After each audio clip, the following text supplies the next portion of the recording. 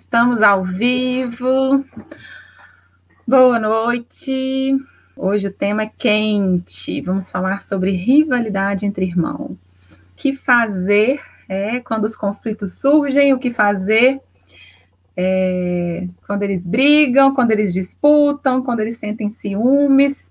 Muitas vezes os pais se sentem perdidos aí nessa missão de minimizar a rivalidade, de ajudá-los a desenvolver essa relação de amizade, de parceria, que é o que a gente deseja para os nossos filhos. Sandra, você tem 5! Imagina, eu aqui com 2, é uma peleja às vezes para mediar, para ajudar a Alice e a Luísa a lidar com os conflitos. Imagina de 5, né? Eu fico pensando também na família da minha mãe. A minha mãe tem 10 irmãos, né? Acho que vai aumentando o número, vai aumentando a complexidade, né? E a gente precisa se preparar, então, para ser intencional, para a gente poder ajudar os nossos filhos a aprenderem com os conflitos, porque uma coisa que a gente vai falar aqui hoje é que os conflitos não são ruins, né?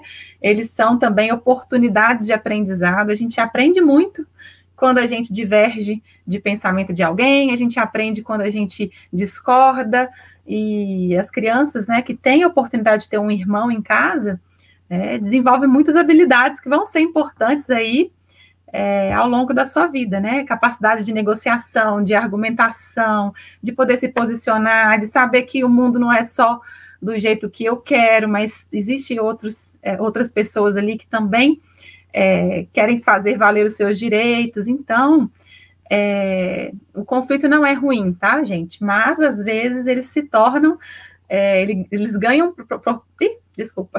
ganham proporções negativas aí. A Bruna falando, né? É Bruna mesmo? Bru Anjos.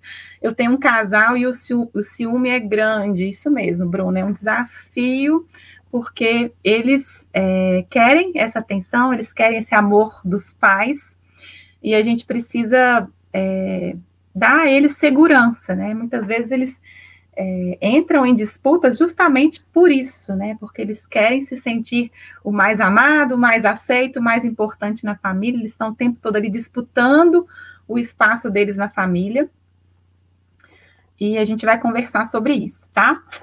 Porque, gente, com os irmãos, a relação entre irmãos, não sei se todo mundo que está aqui me assistindo tem essa relação, né? Não sei se você é filho único, filha única, mas quem vivencia essa experiência de ter um irmão, uma irmã, é uma das relações, da primeira relação que a gente tem ali horizontal, né? De poder partilhar, de poder dividir, de poder se proteger mutuamente. Então, essa relação ela pode ser muito benéfica, mas o conflito faz parte, né? O conflito vem junto. Eu lembro quando eu vi a Alice, né, a minha mais velha de 7 anos, carregando a Luísa no colo pela primeira vez na maternidade. Ela estava no hospital ali, pegou a irmãzinha, e eu vendo aquela cena, eu me emocionei, e tudo que eu mais desejei ali profundamente foi, ai Deus, que elas sejam amigas, né, que elas sejam parceiras.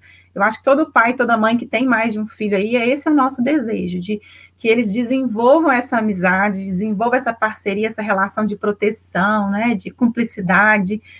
E só que muitas vezes a realidade, né, que a gente se depara é de muitos conflitos, de muitas disputas. Logo quando a gente já está ali na gestação, né, o comportamento do primogênito ou dos outros irmãos ali mais velhos, eles já sofrem ali algumas alterações, porque realmente a chegada de um novo membro na família abala ali as estruturas, por mais que seja algo maravilhoso, é algo também desafiador. Então, quem aí já passou por isso, sabe o que eu estou falando. Inclusive, no livro que eu publiquei, o Entre Nós, eu tenho um capítulo sobre isso, né, como a gente se preparar para a chegada do segundo filho, né, e como a gente fazer essa transição aí de forma suave, de forma tranquila, para que a criança que está ali já, às vezes, durante alguns anos, desfrutando do pai e da mãe por inteiro para si, né, ela possa também se sentir segura com a chegada do irmão. Mas eu não vou focar aqui nessa preparação. Eu acho que isso dá uma outra live, dá um outro tema para a gente abordar. E no meu capítulo eu falo muito sobre isso, o que eu fiz durante a gestação, como que eu preparei a Alice no dia a dia ali, para criar esse vínculo antes mesmo da Luísa nascer, porque justamente eu queria já preparar o terreno para minimizar os conflitos quando ela chegasse, porque a gente sabe que de uma forma ou outra eles acabam sendo inevitáveis, mas a gente pode minimizá-los, ajudar a reduzir isso aí, para que não seja uma constante na vida das crianças. Os irmãos não precisam viver brigando, o conflito vai existir, vai, mas não precisa ser o tempo todo, e a gente tem um papel muito importante nisso. Eu vou dar aqui hoje dicas preciosas, né, e coisas que eu pratico, inclusive, aqui desde que a Luísa chegou. Eu tive o privilégio de já conhecer a disciplina positiva, de já conhecer essas ferramentas parentais antes da chegada da Lulu, né? E aí eu pude me preparar, pude estudar muito, e é algo que a gente tem que estar sempre atento, porque se a gente vai no instinto, a gente acaba colocando mais fogo na fogueira, mais lenha na fogueira, e acaba não ajudando os nossos filhos a desenvolver essa relação de amizade, né? Gente, boa noite para quem está chegando aqui, a Cissa, a Cecília,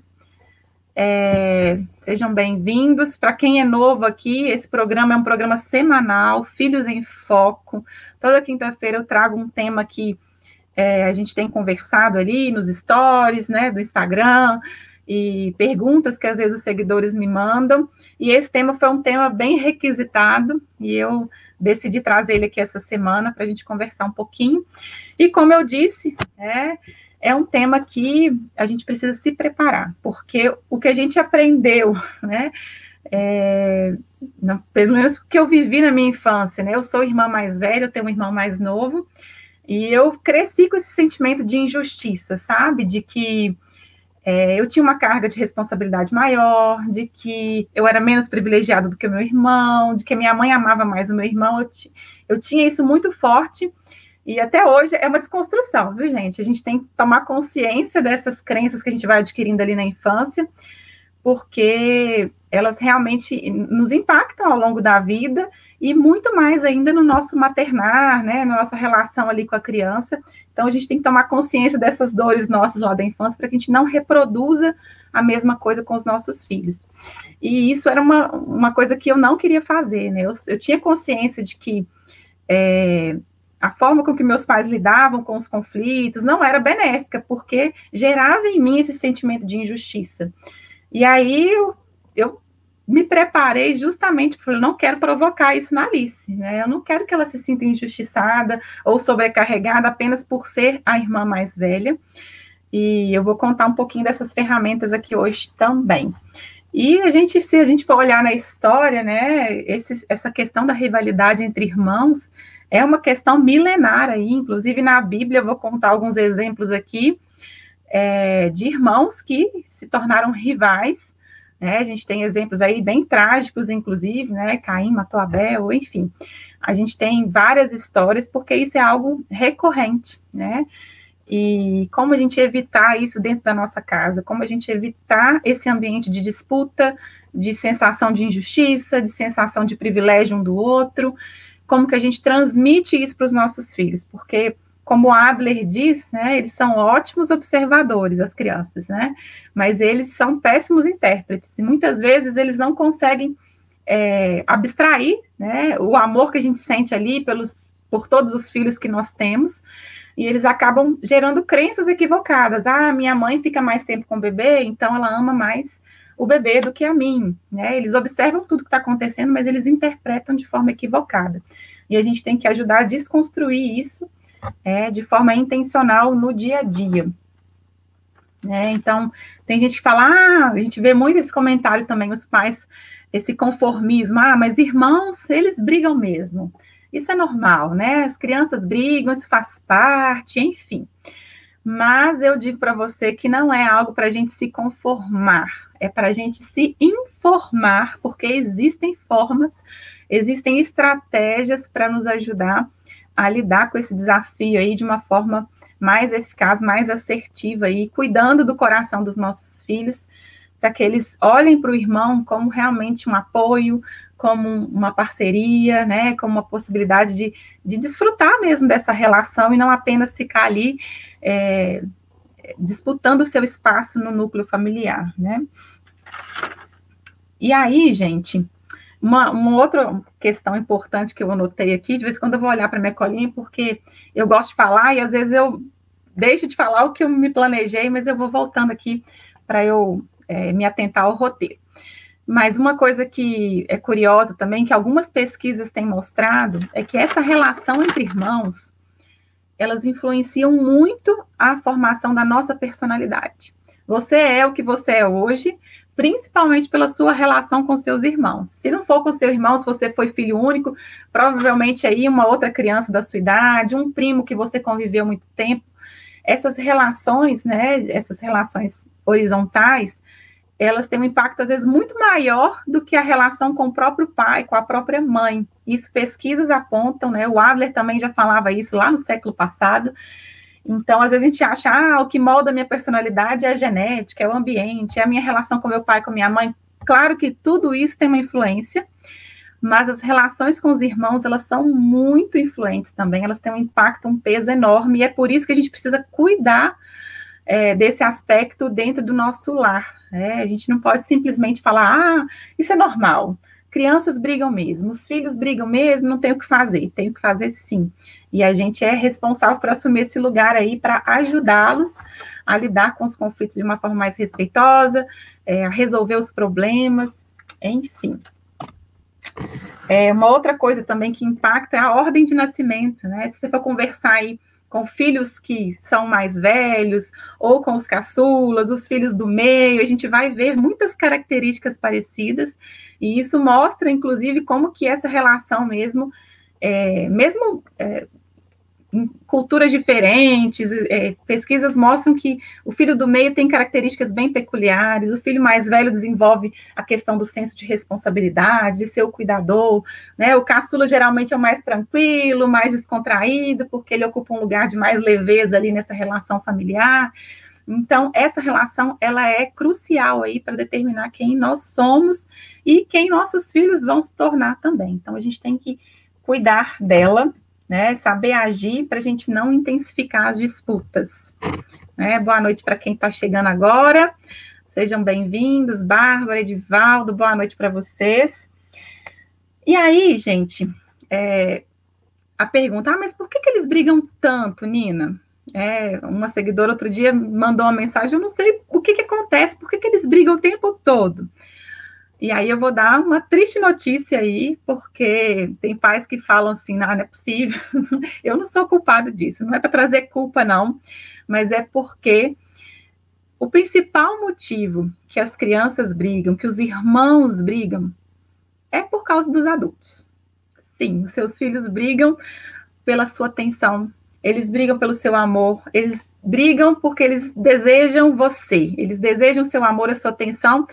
E tanto que, às vezes, as crianças começam algum conflito, eu vejo aqui na minha casa, a Alice e a Luísa, às vezes elas estão lá no quarto e surge alguma disputa, e aí elas vêm correndo para o meu lado e começam a brigar perto de mim, porque elas querem que eu veja a disputa, elas querem que eu tome partido, elas querem que eu diga o quanto que eu amo mais uma ou a outra.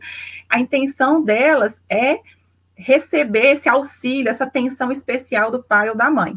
Né? E se eu não estiver por perto, se eu ignorar aquele pequeno conflito ali, muitas vezes elas resolvem entre si, aquele conflito acaba se desfazendo, mas se eu vou lá, se eu dou atenção, se eu me coloco ali como júri, como falar quem está certo, quem está errado, ou faça isso, ou faça aquilo, muitas vezes eu alimento aquele conflito. Então, isso é uma coisa que a gente tem que evitar fazer, porque a nossa atitude, muitas vezes, ela é determinante para que essa relação entre os nossos filhos seja bem sucedida ou não. Não sei se está fazendo sentido até aqui, se tiverem perguntas também, alguma situação específica que vocês estão vivenciando aí, esse momento da live é para isso, para a gente interagir também. Então, fique à vontade para compartilhar as questões. E, outros motivos pelos quais as crianças brigam, os filhos brigam. Pelas disputas de espaço, eles estão ali descobrindo quem eles são no núcleo familiar, então eles estão entendendo qual que é o espaço deles mesmo ali na família. Eles disputam também, pela definição de papéis, quem eu sou, há um às vezes a mãe elogia que ele é organizado, o outro é desorganizado, então ele vai disputar um outro espaço, já que ele não é bom na organização, ele vai disputar talvez o espaço do bom esportista, então ele vai se destacar nos esportes, é como se fosse uma pizza. Imagine aí que cada um pega uma fatia dessa pizza, né? Então, se um já é o inteligente da família, ele já tem esse pedaço da pizza, então eu vou me preocupar em pegar um outro pedaço, então eu vou ser o artista da família, eu vou ser uma outra coisa, né? Então as crianças elas vão tentando se encontrar, e é nessa relação que eles vão definindo os seus papéis, as suas características, né? Eles querem essa questão da exclusividade, eles precisam dessa atenção exclusiva, e eles vão disputar por isso também, a atenção diferenciada dos pais, né? E essa necessidade de se sentirem importantes, amados, aceitos, né? Eles vão, muitas vezes, disputar o nosso amor. A Adeline falando, né? Aqui em casa, a minha filha mais nova é muito mais obediente, compreende mais as coisas do que o mais velho. E eu percebo que isso gera muitos ciúmes e a briga é certa. Ok. Adeline, é boa a sua colocação, porque eu acho que dá para a gente abordar algumas questões aqui. Quando você já fala, né, que a minha filha mais nova, ela é mais obediente, ela consegue entender mais as coisas, se você reforça isso perto do mais velho, ele vai pensar, poxa, eu nunca vou poder pegar esse pedaço da pizza. O pedaço da boazinha da família é da minha irmã. Eu não sou o bom da história, então eu vou causar, já que eu não tenho nada a perder, eu posso fazer o que eu quiser, ou eu vou assumir esse lugar mesmo de agressor, muitas vezes, de quem descumpre as regras, porque às vezes, sem querer, a gente acaba colocando os nossos filhos nesse lugar, né, de que um é o bonzinho e o outro é o malvado, né, um é a vítima, o outro é o agressor. A gente tem que tomar muito cuidado para não reforçar esses papéis, para não cristalizar isso dentro da nossa casa, porque senão essa disputa acaba se intensificando. Então, dizer para ele, né, filho, você também é bom, você também é capaz de cooperar, né? Se ele agir mal, se ele iniciou um conflito, mostra para ele que você confia, filho, eu sei que você pode agir melhor, eu confio no seu potencial de cooperar, de ficar bem com a sua irmã, eu sei que você vai conseguir um jeito de fazer isso de uma forma sem precisar discutir, sem precisar agredir, enfim, eu acho que a gente tem que tentar virar esse jogo, sabe, Adeline? E tirar ele dessa caixinha do irmão que não é legal, que não compartilha, que disputa, que não obedece, porque senão ele vai internalizando essa crença aí a respeito dele próprio e acaba que os conflitos vão aumentando, porque ele se sente, às vezes, menos privilegiado. Já que eu não consigo ocupar aquele espaço, a minha irmã é mais querida, ela é mais bem vista. Então, eu vou querer chamar a atenção da minha mãe de outras formas, né? Então, pensar em estratégias para a gente não cristalizar esses papéis, viu, gente? E eu trouxe aqui também alguns exemplos lá da Bíblia e mostram justamente essa questão dos pais aumentarem os conflitos, né? Como eu disse, a nossa atitude ali enquanto adulto, ela vai ser determinante para intensificar ou não os conflitos. E aí eu peguei 3 exemplos aqui de 3 casais de irmãos, né? Primeiro eu peguei Lia e Raquel, não sei se vocês conhecem a história, né? Mas Esaú, né? Ele estava apaixonado por Raquel e ele falou com o pai dela, olha, eu vou trabalhar 7 anos em troca da mão de Raquel, porque eu a amo muito, e Labão falou assim, então tá, trabalha 7 anos para mim, que aí você vai poder casar com Raquel.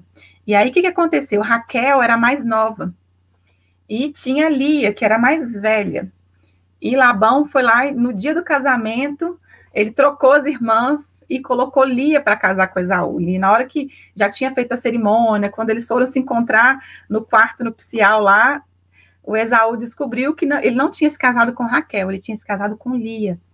E Labão, então, ele armou, né, o pai, tentando privilegiar a mais velha, porque teoricamente ela teria, naquela cultura, né, ela teria que casar antes, ele tentou privilegiar Lia e acabou causando um intenso conflito, né? Depois Esaú trabalhou mais 7 anos, ele casou com Raquel também, mas a disputa entre as duas foi ao longo da vida, as duas brigaram a vida inteira. E até então, né, a Bíblia não relata que elas eram rivais, né? Mas depois dessa interferência do pai, de querer privilegiar um em detrimento do outro, né, houve uma grande rivalidade ali, elas sofreram muito. Eu fico imaginando no dia a dia, elas ali disputando pelo amor de Esaú, e uma tinha filho, outra não tinha filho, elas se comparavam, elas se julgavam.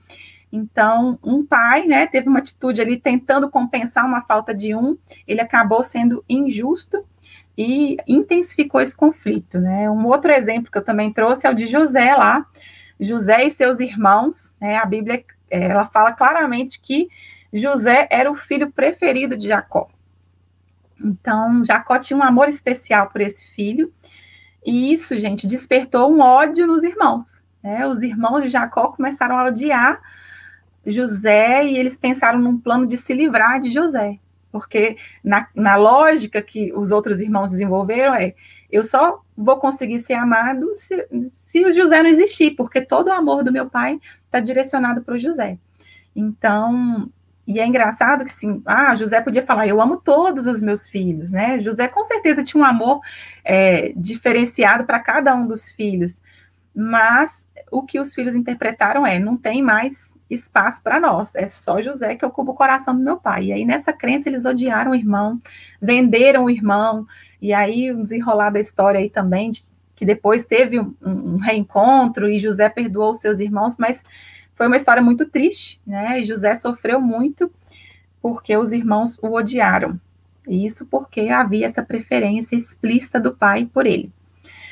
E um outro caso também famoso, inclusive eu estou trabalhando esses dois irmãos aí na história, né, na série de vídeos da bênção, é Esaú e Jacó, né? E quando Isaac falou que ia abençoar o seu filho, né? Que ele falou que ia abençoar Esaú, ele falou Esaú era o primogênito, era um casal de gêmeos, mas Esaú nasceu primeiro. Então, teoricamente, ele tinha o direito a receber aquela bênção.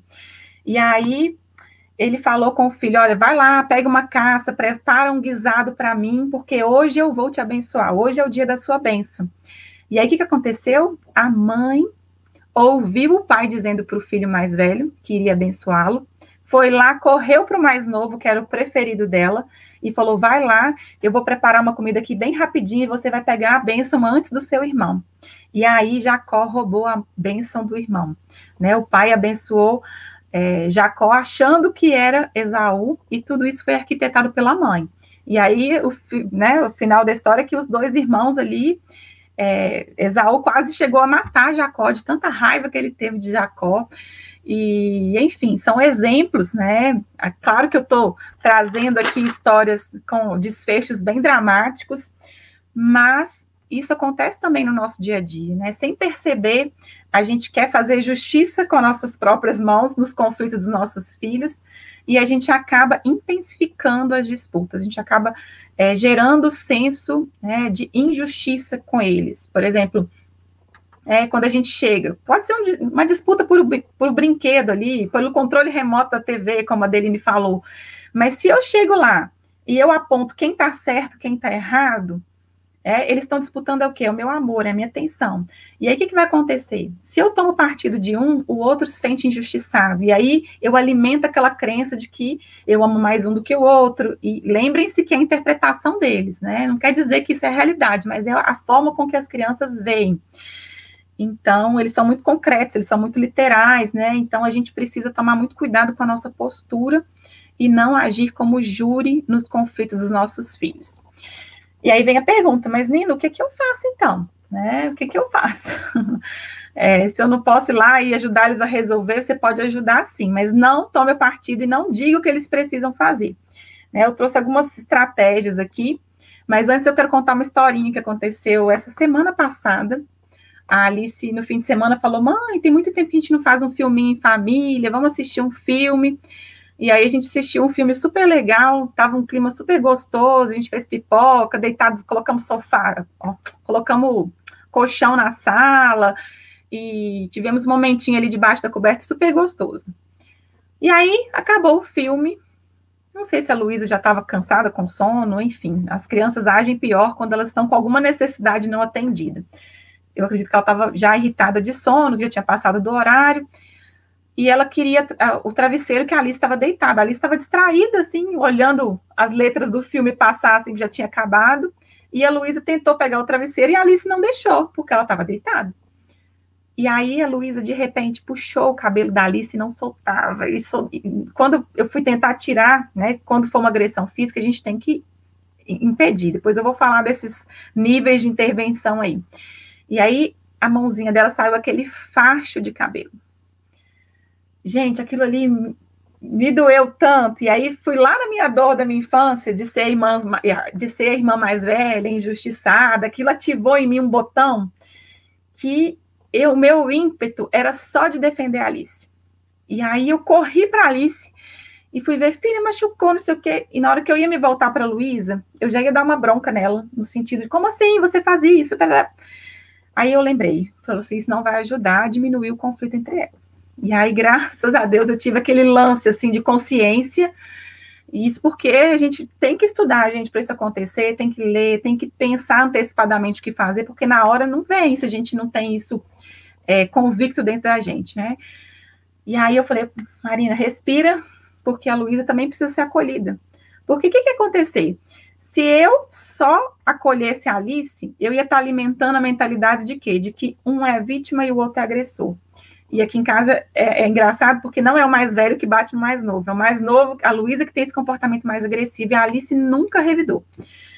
Então, se eu vou lá e só reforço, né, e só acolho a Alice e dou a bronca na Luísa, eu estou cristalizando esse papel da Lulu de ser agressora e reforçando a Alice no papel de vítima.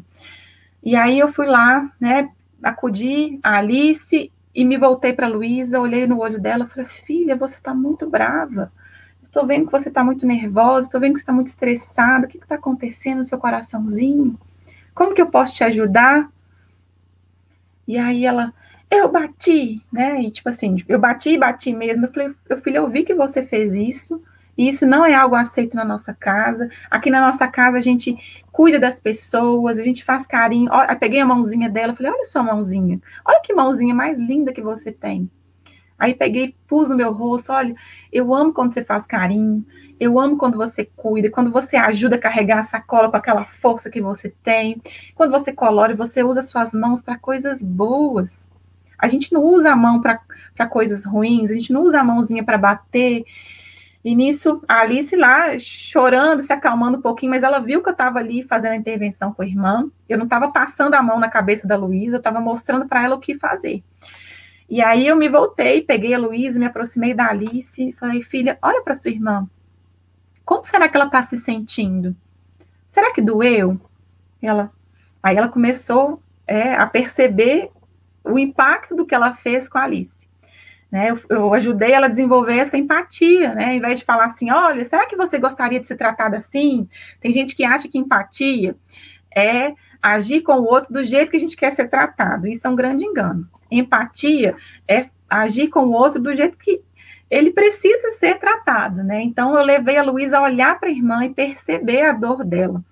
E eu falei, filha, olha para sua irmã, será que ela está se sentindo mal? Será que ela está precisando de cuidado? Será que você pode usar a sua mãozinha agora para ajudar ela a se sentir melhor? Aí ela foi lá, chegou perto da Alice, pediu desculpa. E falou assim, Lili, eu posso fazer carinho em você? Pegou a mãozinha, fez carinho, a Alice aceitou o carinho e falou, Lulu, não faz isso mais. E aí ela, tá bom, elas se abraçaram. E aí a gente orou depois, inclusive, e eu falei, Deus, obrigada, porque o Senhor me deu sabedoria aqui para poder, às vezes uma coisa que ia aumentar ali, né, e talvez se eu tomasse o partido ali de dizer para a Luísa que ela estava errada, que ela era má, que ela era ruim, que ela não podia fazer isso com a irmã, que ninguém... Enfim, se eu usasse um tom mais agressivo, ela ia ficar o quê? Com mais raiva, talvez se sentindo mais injustiçada, e aí numa próxima oportunidade a primeira coisa que ela ia fazer é bater de novo, né, porque eu estava alimentando aquele ciclo. Então, quando a gente sai dessa tendência natural, gente, é natural, a gente quer só acolher a vítima, mas a gente tem que olhar para quem está agredindo também, Olhar para quem está ali nesse papel errado, cometendo o erro, para ajudá-lo a sair desse lugar, porque senão a gente vai reforçando esse ciclo. Eu não sei se faz sentido para você, se Adeline, não sei se clareou alguma coisa aí, que talvez possa te dar ideia para você fazer com o seu mais velho, para ajudar ele a sair desse lugar também. E aí, então, algumas dicas, né, práticas agora para vocês anotarem aí. Eu separei umas 8 dicas aqui, que é justamente a primeira delas é demonstrar confiança, a gente ficar fora de cena. Muitas vezes, a gente não interferir, não é simplesmente falar, eu não me importo com que vocês podem, não estou nem me lixando, podem brigar à vontade, podem se bater, não é isso. De forma alguma eu estou defendendo isso. A gente tem que estar presente, mas sem interferir tanto. A gente tem que mostrar confiança nos nossos filhos de que eles são capazes de resolver aquele problema. De falar com eles assim, olha, eu confio que vocês vão resolver esse problema juntos, né? Essa frase, gente, ela mudou, virou uma chavinha aqui para mim, porque me ajuda muito. Várias vezes eu lanço mão dela. Uma vem com uma queixa, outra vem com outra queixa, eu escuto as duas, olho e falo, mas eu sei que vocês conseguem ter uma solução. Vocês são ótimas para pensar em ideias, em resolver problemas. Como que vocês vão resolver essa situação? E aí eu não interfiro. Aí elas veem que não vai adiantar elas ficarem, mãe, mais isso, mãe, fulano. Eu saio desse papel de resolvedora dos problemas e delego para elas. Como que vocês podem fazer?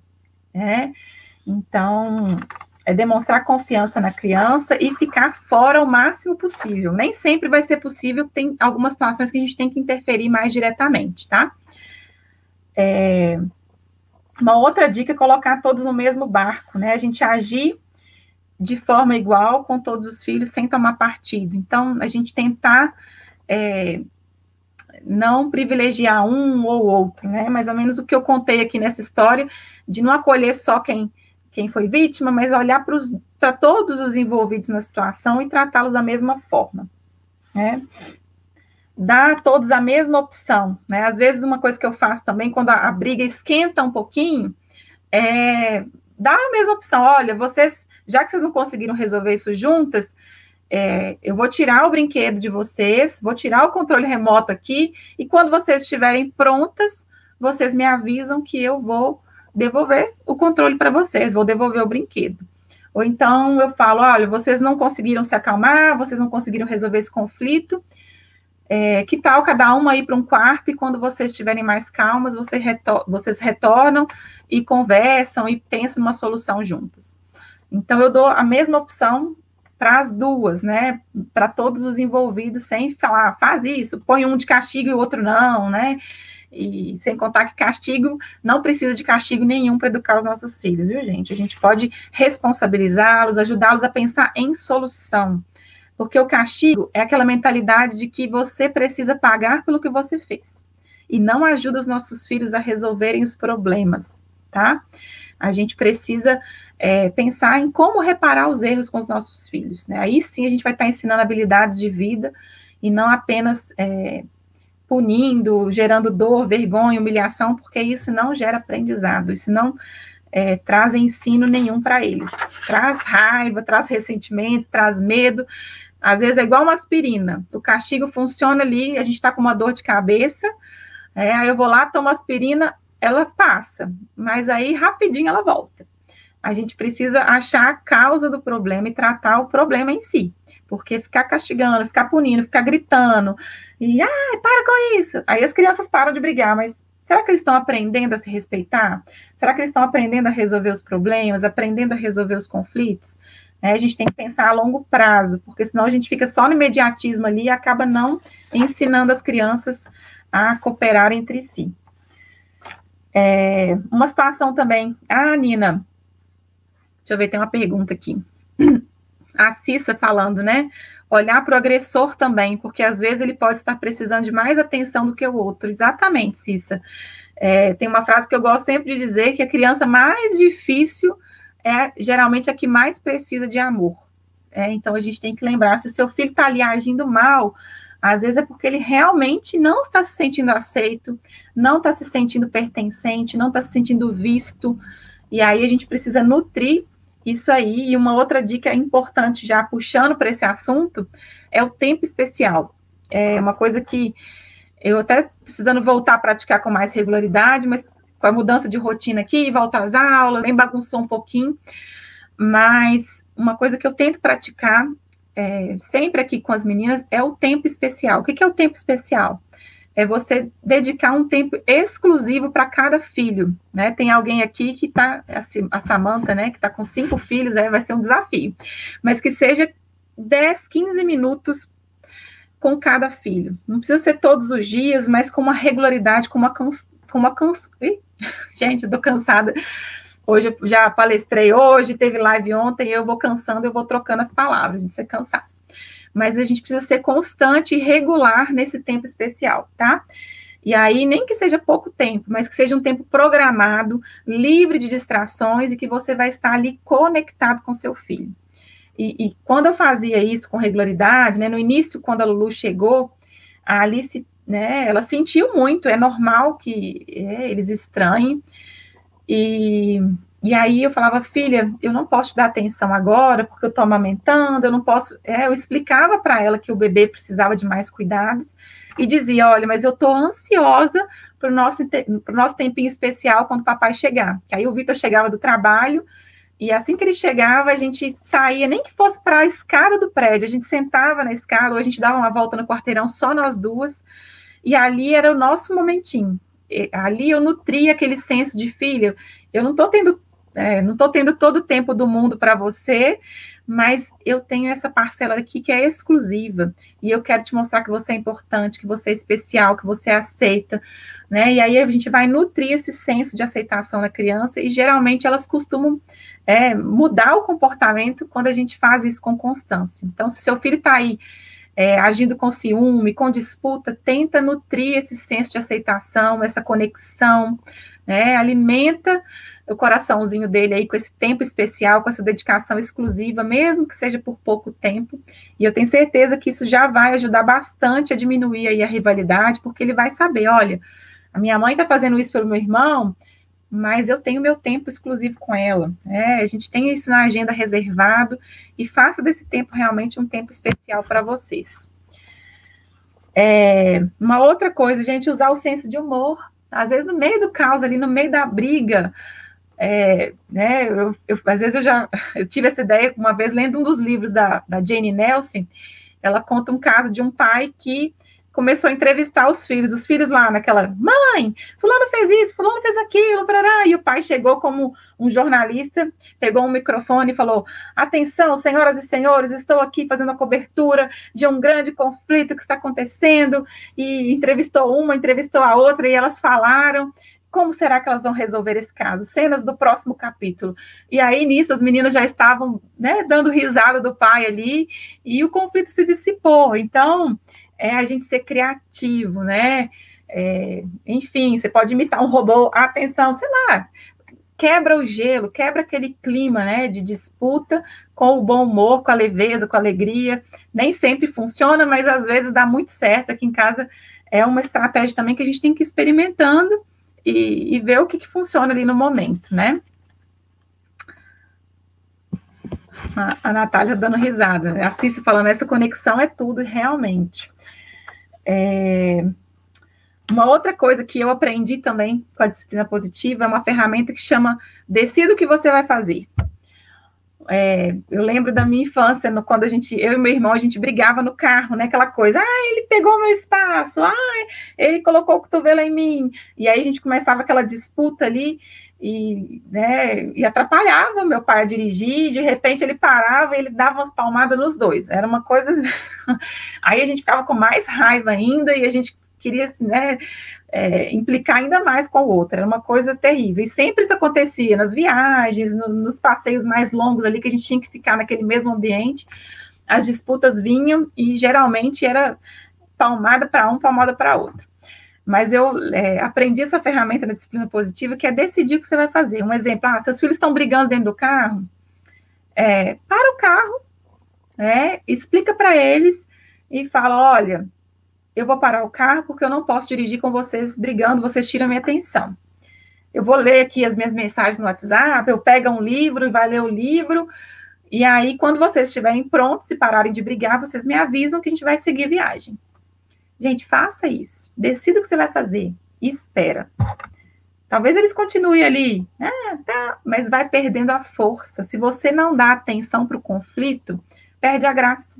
Né? Eles veem que eles não vão obter mais a atenção do pai e da mãe se eles ficarem ali, se você for firme e decidir o que você vai fazer. Então, eu já experimentei essa estratégia, ela realmente funciona. Isso não só dentro do carro, mas dentro de casa, né? Enfim, decida, faça e aguarde. E aí eles vão se olhar e vai falar, realmente não vai dar certo. E aí eles vão pensar em outra estratégia e rapidinho o conflito se dissipa. Né? Então, a gente sair de cena mesmo, com firmeza, mas sem precisar dar bronca, sem precisar ficar ali usando de castigos, de ameaças, de gritos, porque isso não vai resolver o problema. Uma outra dica também, essa aqui, ela é boa, porque a Alice já está nessa fase, com 7 anos, ela já é muito questionadora, ela já entende muitas coisas, esse senso de justiça dela é muito apurado, e às vezes ela vem, mãe, mas isso não é justo, e não sei o que e tal. E aí tem hora que eu não tenho argumento, e aí tem hora que não sei o que falar. E aí, para não dar explicação vazia, ou não correr o risco de ser injusta, eu falo, então tá bom. Eu quero que você se coloque no meu lugar, agora você é a mãe, e você vai resolver essa situação. O que você vai fazer? Me dá uma sugestão? E aí ela pensa, nossa, é difícil. Aí quando eu ponho ela para pensar, ela vê que não é tão simples assim resolver o problema. E aí ela desarma um pouco e a gente consegue pensar numa solução em conjunto, né? Então, a gente sair realmente desse papel de que sabe tudo e partilhar isso com as crianças. A Sandra falando, meu caçula Davi é muito parceiro do pai, estão sempre juntos. Ele participa, ajuda o pai em tudo. Já o filho do meio é diferente, ele é na dele, percebo que o pai dá mais importância ao Davi. Isso é a gente vai ter afinidades, viu, gente? Por exemplo, tem um filho que vai acompanhar mais a mãe, o outro que vai acompanhar mais o pai, mas a gente tem que tomar muito cuidado para não expressar essa afinidade de uma forma que deixe o outro se sentir menos amado, menos visto, menos aceito. Então, cuidar para pensar, tá, eu tenho mais afinidade com o filho, porque às vezes os hábitos, o jeito de ser, as programações, a gente curte mais as mesmas coisas, mas o que eu posso fazer para me conectar com o outro? Né? O que esse pai aí pode fazer para se conectar mais com o filho do meio, pensar em um programa em comum também para ele, ou ele ter esse tempo especial, às vezes ele vai fazer mais coisas com o filho mais novo, mas ele vai ter essa agenda reservada com o filho do meio para poder fazer alguma coisa especial junto, para que ele não tenha essa crença equivocada de que ele não é visto, de que ele não é amado, porque isso é a raiz, gente. Quando a gente se sente menos visto, menos aceito, menos importante, geralmente a gente age mal, né, para buscar obter essa atenção. Então, às vezes, seu filho está aí batendo no outro, brigando, mordendo, mas tudo que ele quer é se sentir amado, se sentir aceito e importante. Né? Então, pensa aí, Sandra, né? Leva essa ideia, né? Ela está falando aqui que isso me deixa triste, mas pensa em levar ideias para o seu marido para ele nutrir esse senso de aceitação aí do filho do meio, tá bom? Uma outra coisa, gente, acolher as queixas. Não foi 1 ou 2 ou 3 vezes que eu tive que fazer isso, especialmente com a Alice, né? Várias vezes ela chegou, ai mãe, eu não queria ter irmã, eu não sei por que eu pedi para o Papai do Céu para eu ter uma irmãzinha. E olha que elas convivem muito bem, elas brincam juntas. Eu vejo o cuidado que a Alice tem com a Luísa, a Luísa com a Alice, elas acordam de manhã, uma fazendo carinho na outra, eu vejo que é muito bom para elas essa relação, mas tem hora que a Alice se arrepende, ai, eu não queria, porque tem hora que é difícil conviver, é difícil ela estar brincando com o brinquedo, a irmã vai lá e destrói tudo que ela fez, e aí várias vezes ela veio desabafar comigo, e eu acolhi. Ao invés de a gente dar aquela lição de moral, filha, você não pode falar isso da sua irmã, imagina. Às vezes tudo que o nosso filho precisa é que a gente valide o sentimento dele, de falar, olha, eu tô vendo que tá difícil para você, eu estou percebendo que às vezes é difícil dividir os brinquedos com sua irmã mais nova, porque ela ainda não sabe as regras, ela não sabe os combinados, né? Acolher a queixa. Não quer dizer que a gente vai incentivá-los a não gostar da irmã de forma alguma, mas quando a gente acolhe aquela questão, acolhe o sentimento de quem está ali se sentindo injustiçado ou com a vida atrapalhada por causa do outro irmão, porque realmente, às vezes, o convívio é muito intenso, interfere na brincadeira do outro de uma forma negativa, isso vai acontecer, então acolha. Se seu filho falar, eu não amo meu irmão, tô vendo que tá difícil para você, tô vendo que você tá zangado agora nesse momento, e aí depois vai desconstruindo essa ideia de que não é que porque não ama, você pode sentir raiva do seu irmão, você pode sentir que às vezes é difícil ter irmão, porque mesmo, tem dores e delícias de ter um irmãozinho, né? Então, mostrar para ele que tá tudo bem ele sentir raiva de vez em quando e que isso não diminui o amor, né? Não diminui o sentimento que eles têm ali um pelo outro, enfim. Né? Então, a gente acolher, porque quando a gente acolhe, a gente se conecta com o nosso filho, né? Várias vezes que a Alice veio com essa fala que às vezes assusta, né? Eu que ali, como eu disse no início da live, que o meu sonho era vê-las, né? Quando a Alice carregou a Lulu pela primeira vez, meu sonho é que elas fossem grandes amigas. E aí, de repente, a Alice chega para mim, eu acho que eu não amo a Luísa, eu não queria ter irmã. Gente, isso às vezes nos assusta, isso nos causa um pânico, assim, né? Mas a gente tem que segurar a nossa reação para poder acolher, e aí sim a gente consegue construir e trabalhar esses sentimentos com a nossa criança. A gente precisa se conectar. Então, não se fecha, não vá direto com a bronca de falar, imagina, como que você pode pensar uma coisa dessa? Não, ele está sentindo, o que ele está sentindo ali naquele momento é legítimo, e aí você pode ajudá-lo depois de se conectar, de validar aquele sentimento, tá bom? A Zac entrou aqui, a Amanda. Gente, se tiverem alguma pergunta aí sobre esse tema ainda, se tiver mais alguma questão, algo específico aí que a gente possa trabalhar. Uma outra coisa também é a gente olhar, como eu sempre falo, dessa analogia com o iceberg, né? O mau comportamento, ele é só a ponta do problema. E o desafio, né, e as disputas entre irmãos, da mesma forma. O conflito ali é só 10% que a gente está vendo. O iceberg, a maior parte dele fica o quê? Abaixo da superfície. Então, a gente tem que escavar esse iceberg, entender o que está ali na base do problema, né? E o Dreykus, ele fala desses objetivos equivocados, que muitas vezes as crianças agem para obter esse senso de aceitação e de pertencimento, e eles agem, né, nessa tentativa, nessa busca insana de se sentir aceito, amado, eles vão agir mal, eles vão, às vezes, disputar com o irmão, eles vão brigar, eles vão bater, eles vão xingar o outro, mas, na verdade, o que eles precisam? De ser visto, de ser amado e de se sentir pertencente àquela família, né? E aí, um dos objetivos equivocados que o Dreykus traz, depois eu posso me aprofundar nisso, um deles é a atenção indevida. A criança está ali agindo para obter a atenção dos pais. E aí tem gente que fala, mas ele regrediu muito, Nina, quando recebeu o irmãozinho, ele não chupava bico, agora quer chupar, ele não usava fralda, agora voltou para a fralda. Por que será que ele está agindo igual um bebê? Né? Será que ele vê alguma vantagem em ser um bebê? Na verdade, o que ele está querendo é uma atenção, né? Ele está buscando essa atenção de uma forma indevida. Esse é um dos objetivos equivocados.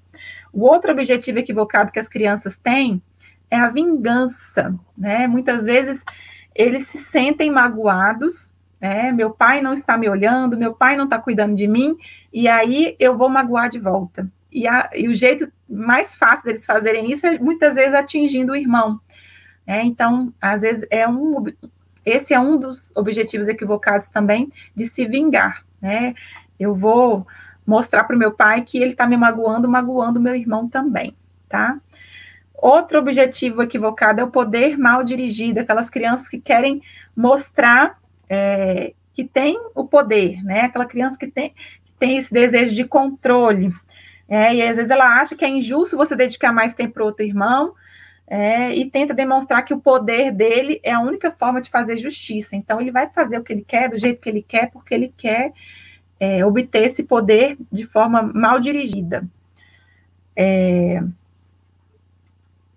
Ou então eles brigam também nessa coisa do poder mal dirigido, só para mostrar que você não consegue fazê-los parar, né? Então ele vai desafiar o pai e a mãe, falar, não, eu brigo com meu irmão se eu quiser.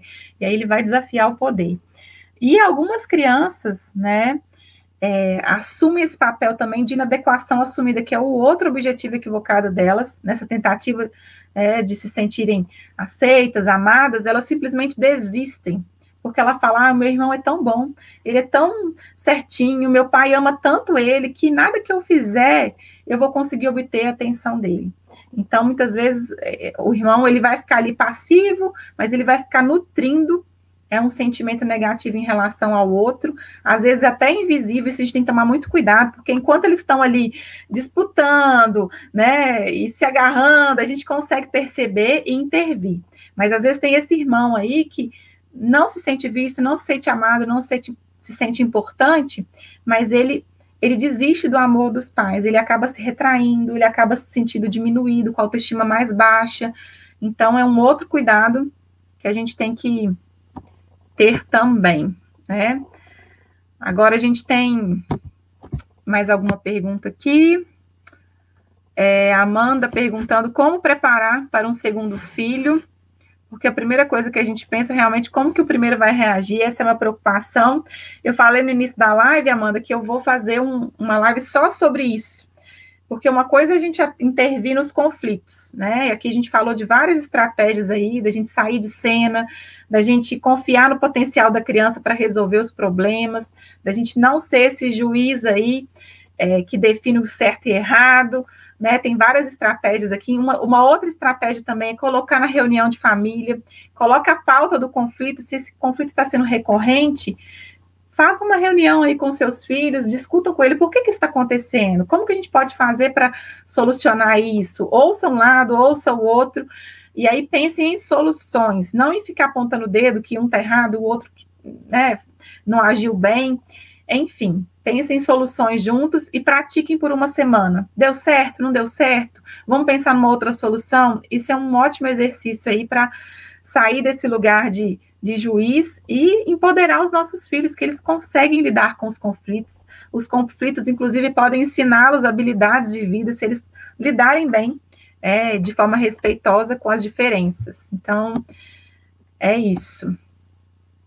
O Gabriel aqui está falando que os irmãos, os dois filhos que ele tem, brigam muito porque um quer ser melhor do que o outro, né? Parece uma competição.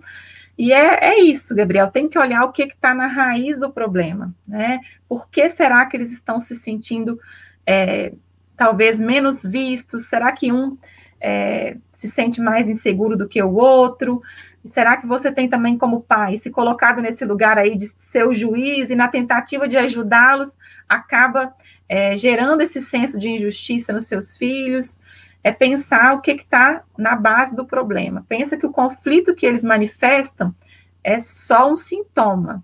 E a base, geralmente, é essa questão da aceitação e da importância que a gente precisa nutrir, né? Talvez o tempo especial com cada um deles vai ajudar eles saberem que eles têm um lugar especial e único aí na família, e aí as disputas tendem a diminuir também. E deixa eu ver se tem mais perguntas aqui. Outras dicas, né, gente? Tem uma dinâmica, depois eu vou me comprometer a compartilhar com vocês. Eu fiz quando a Alice tinha mais ou menos, a Luísa tinha 1 aninho de idade, e a Alice estava com 5 anos, E aí eu fiz a dinâmica das velas, é uma demonstração concreta, porque as crianças, gente, eles são muito concretos. Então, eles precisam de coisas palpáveis para entender. E aí você vai mostrando, acende uma vela e fala, olha, esse é o amor da mamãe, o fogo representa o amor. Aí pega a outra vela, pega do papai, a gente se uniu aqui, o amor da mamãe foi para o papai, e aí depois a gente vai passando esse amor nas velinhas, de acordo com o número de filhos que você tem. E o legal de demonstrar isso com o fogo, com a vela, é mostrar que a gente compartilha o amor vai passando de um para o outro, mas todos permanecem com amor. O amor, ele não se divide, ele multiplica, né? Porque a chama ali, ela permanece igual para todo mundo e ela vai aumentando à medida que os novos membros vão chegando. Então, tem um jeitinho todo especial de explicar para as crianças, depois eu vou compartilhar. Eu filmei quando eu fiz com a Alice, eu vou ver se eu coloco na página lá do Instagram, do Facebook também, para vocês terem aí uma sugestão para explicar de uma forma concreta para as crianças menores, né, de como que o amor, ele não se divide, né, o amor, ele aumenta quando chega mais um membro na família, e as crianças não precisam ficar aí tão inseguras com a chegada de um irmãozinho, tá? Mas esse tema aí de preparar para a chegada, eu vou fazer uma live específica sobre esse tema, e hoje a gente vai ter que encerrar por aqui, porque o nosso tempo, a gente tem 1 horinha só, daqui a pouco a nossa conexão cai. É isso, gente. Queria agradecer a Sandra também. Obrigada. Você tem me ajudado muito. Imagina, Sandra, um prazer estar aqui. Eu já compartilhei com vocês. Esse é um chamado, um propósito que eu tenho no meu coração, que Deus plantou no meu coração. Então, é um prazer saber que o que eu tenho dividido aqui está ajudando vocês. Adeline também. Obrigada a você por estar aqui. Adeline, um prazer contar aí com a audiência de vocês. O meu trabalho, ele só faz sentido quando vocês estão aqui para dividir isso comigo. Então, é muito bom a gente estar junto. E na semana que vem tem mais. Eu devo falar sobre algum dos temas que a gente fez uma enquete na semana passada. E estou pensando aqui em qual que eu vou trazer para vocês, mas com certeza vou divulgar, vou anunciar aí qual que vai ser. Se vocês tiverem sugestões de temas, gente, contem para mim aí como que eu posso estar apoiando vocês, né, no dia a dia. O objetivo é ser bem assertivo aí para apoiá-los no dia a dia de vocês mesmo, tá bom? E é isso, gente. Muito obrigada. Quem está aqui no YouTube, inscreve no canal, para você não perder nenhuma notificação. Se você não é seguidor ainda no Instagram, me acompanhe. Ativem aí o sininho para receber as notificações quando tiver publicação nova, para que você esteja aí acompanhando o nosso trabalho, a gente possa caminhar junto, tá bom? Beijo para vocês, que Deus abençoe e até a próxima quinta-feira.